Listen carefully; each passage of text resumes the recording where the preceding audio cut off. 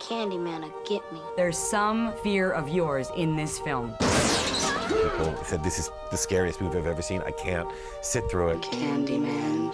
Candyman is born of extreme racism. In a horror movie, the hero is really the villain.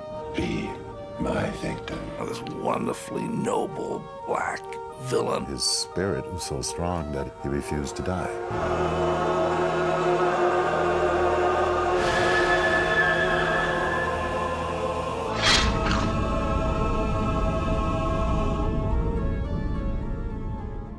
An urban legend is a story that everybody feels that they've heard it from somebody who was just 1 degree removed from the source of the story. My friend heard it on the radio. It's true. These stories have actually no basis in fact, yet people believe them with a passionate intensity. They obviously represent some kind of fundamental and profound fear that people have about modern urban societies. Urban legend is sort of like fairy tales for the city. They play on our most basic fears. I read a book by Jan Brunvold called The Vanishing Hitchhiker. Brunvold, I think, was the first person to collect these stories together and coin the term urban legend. I think the most powerful ones tend to be the horrific ones. I remember being told the variation on the hook-handed man who escapes from the asylum. I was the little Boy Scout who, around the campfire, was called upon to tell the ghost story. That's what I did. I wasn't very good at putting up tents, and I couldn't cook bacon, but I could tell, a scary story. Bernard based the screenplay for Candyman on a story from the Books of Blood collection by Clive Barker. It was called The Forbidden. The core of the story was about the journey into this crypt lair where this urban legend lived. The woman who was exploring it met a very grim ending. It's set in Liverpool, it's set in my hometown, which is a very tough northern working class city in England. It was and remains a very violent city. In the 60s, horror fiction started to look at an urban environment as being the place that you could really scare people. The Gothic context, the romantic castle, was not going to be as scary for most audience members as the streets of a darkened city. My grandmother warned me, I remember, of going into public toilets because there were men who went around the public toilets and cut the genitals off little boys. This was difficult for a 4-year-old to take in. It terrified the wits out of me. That is actually the origin of the Candyman. I was writing about the experience of horror. This was about why we write these tales, why we hear these tales. This story was about itself. Your death will be a tale to frighten children, to make lovers cling closer in their rapture. It's a beautifully written short story. I think it's one of Clive's best. Bernard had read the story in the Books of Blood and approached Clive and had come into contact with Propaganda Films, which was the production company that I was allied with then. They had agreed to hire him to write a feature-length adaptation. Prior to Candyman, I made a film called Paper House, which is an extraordinary film that really was able to conjure up a sense of deep dread. I think Bernard did a masterstroke when he transposed it to America, inner city Chicago. Chicago seemed like a very just a dynamic place. And so I went there to do some research and looking for a setting for the film, and that was how I came across the real housing project at Cabrini Green. In finding the contemporary equivalent of the haunted house, he chose to go into the projects. People are frightened of the wrong part of town. What's with the arsenal, Bernadette? We're only going 8 blocks. I grew up in Chicago. I knew about Cabrini Green. You didn't even drive by Cabrini Green. I won't even drive past there. Heard a kid got shot there the other day. The whole nature of the murders that happened in Cabrini Green coming through the bathroom cabinet was based on some real murders that happened. In American society, the class barriers were drawn along racial lines, especially in a place like Chicago. The average white person does not ever have to go to Cabrini Green. You know, the average white person doesn't ever have to go to South Central. You don't have to know about us. We have to know about you. The fear that somehow there are parts of the city you can't venture into and all that is largely irrational, but it's very real and it's very palpable. He tapped into something by making that Candyman's current home. I hear you looking for Candyman, bitch. There are 2 big blots in American history. The first one is the massacre of the Aboriginal Americans, and the second was slavery. Essentially, those two events aren't tangential to American history, they are the real history of America. My grandparents would talk about lynchings and being chased by the phantoms of the KKK. In a horror film, you can address things like that, which if you addressed them in a straight drama, all the corporate naysayers go, oh, no, don't say that. In a horror film, it's like, oh, it's just some garbage, some bloody nonsense for the kids. In the original story, the Candyman is all kinds of colors. Bernard had to argue strongly for being allowed to make the Candyman black. There had been black horror movies before Candyman. They had tend to be very campy. I think one of the things that Bernard did is really make this character have some real nobility. Be my victim. The whole point about the Candyman is that he's a representative of people who are oppressed. But he himself is very sophisticated, very educated, and very elegant. He's a romantic figure. I think that gave him a kind of tragic, wounded hero quality. The idea of a monster who is aware of his tragic dimension, his pain, his alienation, is something that comes along with Gothic fiction. Candyman, he's just a story. You know, like Dracula or Frankenstein. The only good monster is a tragic monster. I mean, Frankenstein was a tragic monster, and Dracula was a tragic monster. The strongest image I had was Phantom of the Opera. There is that alienation that even though Dracula and the Phantom have the superiority, they're both lonely, fragile characters at their core. And I thought Candyman could belong to that company as well. He's not looking for revenge. That's what makes him different from a lot of horror villains.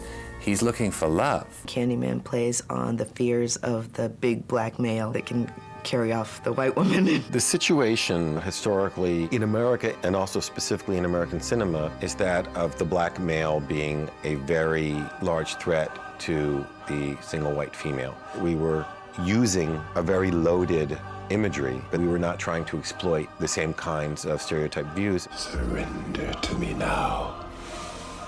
You have this black monster villain seducing this white woman, and she is absolutely compliant in all of that. The academics that she's surrounded by, her husband, who's a dullard, are really not deserving of her affections. The Candyman, in a bizarre way, is. Virginia was discovered by David Lynch in Dune. She was known for being beautiful, for being sexy, for being sultry. I was never worried about being typecast. I was only one role away from being out of that, but I was having trouble getting that role. This was a chance for her to really carry a movie and play a very serious character with a serious intellect. Can I talk to your friend? Bernard can get actors to do anything. I'm gonna be terrified, I'm gonna be abused, I'm gonna be covered with bees, I'm gonna be on fire, Oh, yeah, I'd like to do that. Her personality and her physical aura gives the movie as much of its sense of mystery as Tony does. But I don't scare too easy either, Jake. I get a call from my manager saying that Bernard Rose had seen me in something, and he insists that I'm the guy for this new movie. He's an Othello, he's a Shakespearean actor, and is able to command a stage. As you can see from the drawings, I was really looking for somebody pretty much like Tony. He obviously has a huge physical presence. Tony's very dignified and very beautiful, and very tall. He does have an air of aristocracy about him. He has a wonderful, big, rich voice. He has a voice that is tremendously deep, resonant, and full of sorrow. I immediately got to my art sketch pad and started doing impressions of textures, cloths, brushes, paint swabs. Virginia and I went to waltzing classes together, took fencing classes together. We're both committed to the story. Candyman's costume is very effective. The idea was that he would be in a long coat like a man in that era would wear on his way to the opera. Lenny Pollock, our costume designer, came up with that concept of the long coat with the fur trim, and Bernard, the minute he saw it, he said, that's it. The coat gave me a sense of royalty. The hook, we had many discussions about what we're gonna do, whether we're gonna pull the arm up or we're gonna strap on, and at the end of the day, we did a little bit of both. If you ever see Candyman in full frame, his arm's not the same length. really, it's just Tony. He's not wearing any makeup. That's what Tony looks like. The Cabrini Green exteriors were shot in Cabrini Green and the stuff in the stairwells, but it was not a safe place. It was a place that the police did not have control over. There were like 4 to 5 different warring factions of gangs surrounding the place. There were some challenges that involved dealing with the local gangs, making sure that they were on our side. Well, they had to pay off people.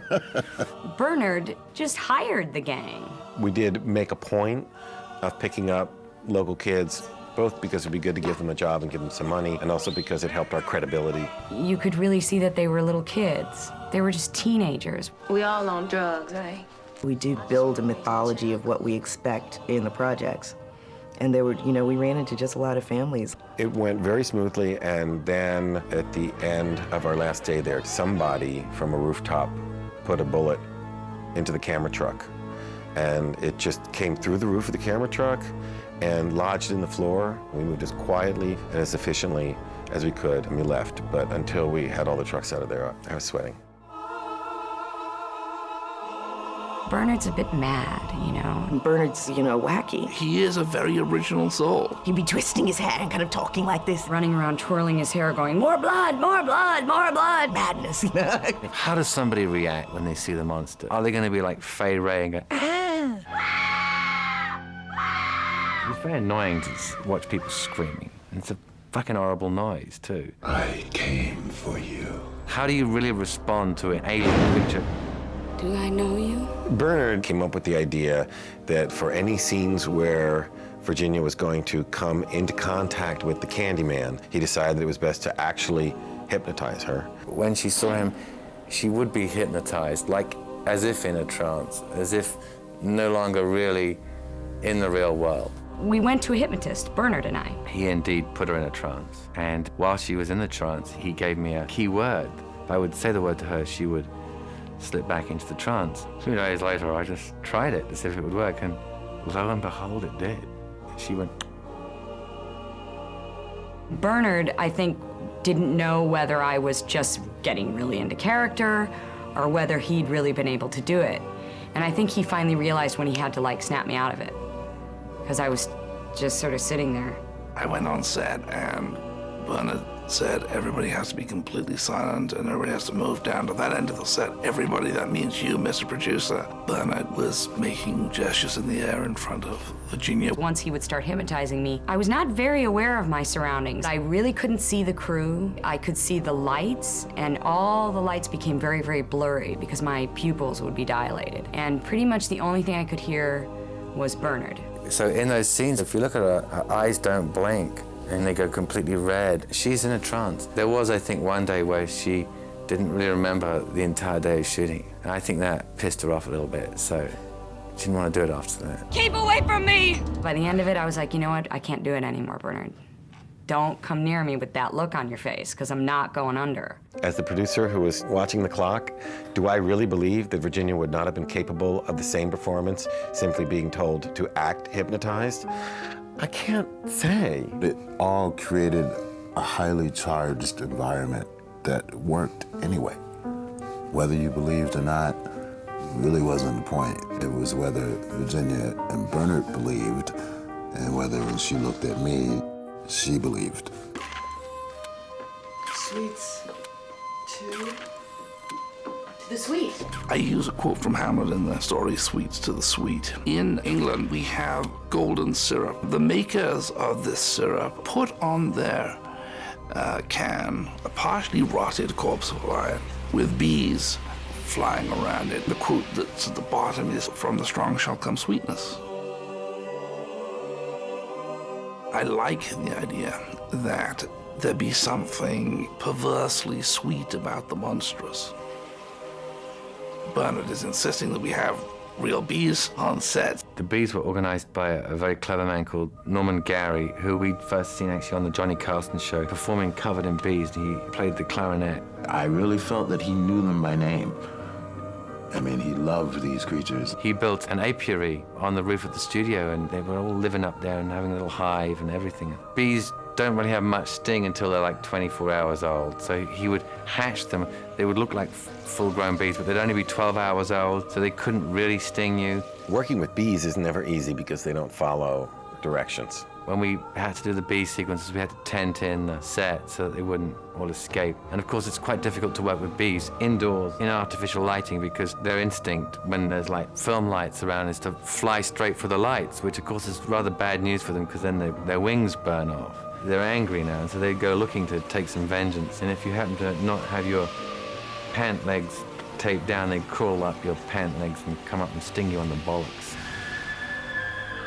On some of our bee days, we actually had a representative of the ASPCA on the set, which didn't make everybody very happy because you knew that a couple of bees were going to inadvertently get smacked or stepped on. Virginia, of course, we discovered in pre-production, was hyperallergic to bee venom. When we had any scenes with bees, there would be an ambulance on the soundstage and paramedics behind the camera, and I was like, that's a vote of confidence there.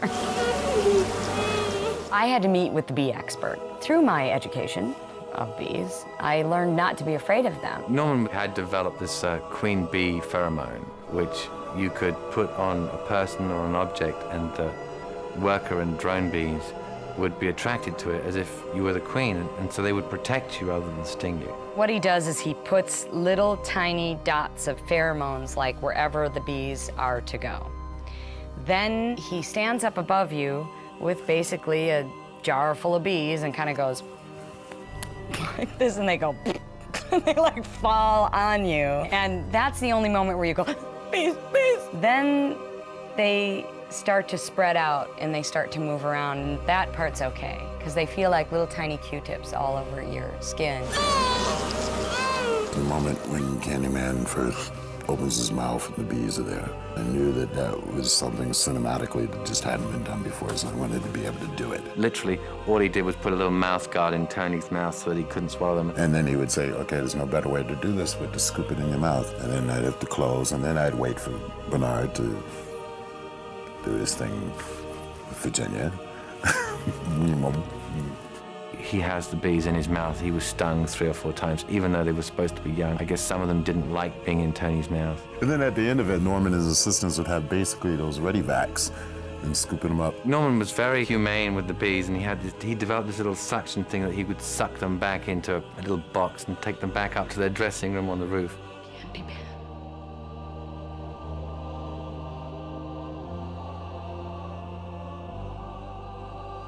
One of the things that I really always wanted to do was not have the score behave in the way that it normally does in a horror movie. Normally, the score in a horror movie tells you when you're supposed to be scared, which to me is the same thing as telling me I'm not going to be scared. I'm a huge fan of Philip Glass's music. It was before the film. I thought the score for Mishima was one of the best scores I'd ever heard, and I really loved Kinda Skazi as well. I thought, wow, if only we could get Philip Glass. And Alan Poole went, well, I know it. I'll call him up. I went, I'll call him up. Well, I approached Phil, and he was like, you want me to do a horror movie? I showed him a very early assembly. Phil really liked it. Bernard was very articulate about all the various metaphorical angles that he was working and why the rhythms of the film would work perfectly with the rhythms of Phil's music, and Phil was sold. I said, you know, I really would like to do the movie with very limited orchestration, and in fact, it's written just for piano, organ, and voice. A couple months after the film was released, I got a phone call from Phil, and he was like, Helen, you made me do a horror movie. We started submitting to the MPAA, and they kept coming back with an NC-17 rating. They don't like spurting blood. It wasn't the beads, it wasn't the shot cuts. It turned out it was just a question of what bodily fluid was squirting in what direction. I remember on the first night of Candyman, the guys from propaganda hired a limo, and we all just went around from cinema to cinema just to see how it was playing. It was playing the same way wherever we went. People were yelling at the screen. There were huge screams. People were running up the aisle because they couldn't take it anymore. Stop! Stop! Audiences had a blast. Audiences were terrified out of their seats. Scared of something. They wanted something serious. They wanted to be scared. Either you hated this film or you thought it was a masterpiece. At the time when we were Finishing the film was a time of tremendous racial tension in Los Angeles. We actually had a test screening that was scheduled to happen the day that the Rodney King riots broke out. Because the Rodney King thing was going on while we were finishing up on the picture, there was an anxiety that it was going to seem racist. I don't think it's that surprising that there would be some level of controversy. It's a black monster terrorizing a white woman. I knew you'd come. Inner city urban audiences who, from the get-go, liked the movie. Rather than regarding it as any kind of detriment, it was helping the movie play.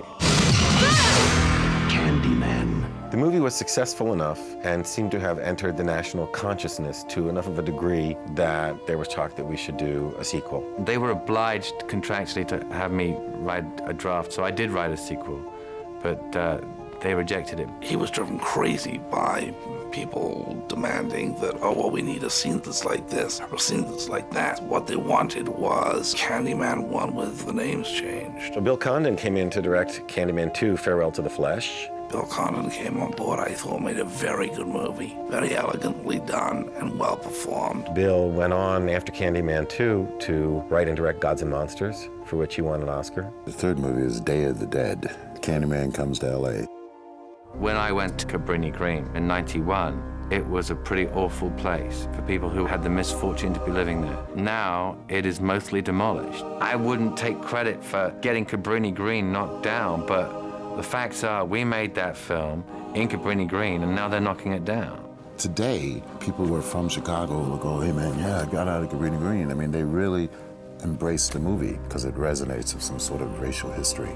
Tony Todd, I will tell you, if he walks down the street, black members of the audience will yell, yo, Candyman. They love the idea that they got their own monster here. It's a blessing and a curse, you know? It's great to make a movie that really rattles people, but at the same time, as actors, we spend a lot of time trying to distance ourselves from that particular image. The world is so scary that you almost need a Candyman to kind of release a general feeling of terror that we all have every day. I think Candyman has become a horror villain. He's been added to the pantheon. He's up there now, which is an extraordinary thing. Candyman. Candyman. Candyman. Candyman. Candyman.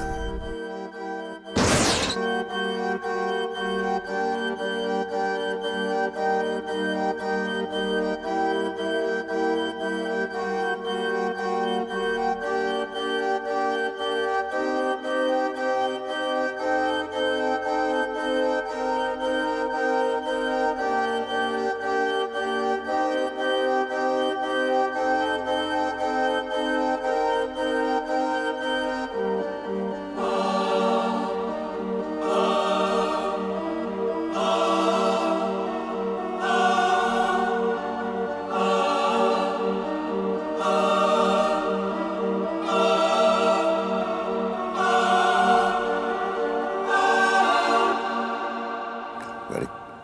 I, Tony Todd, sweets to the sweet. Candyman. Candyman. Candyman. Candyman. Candyman. Good call. That's great.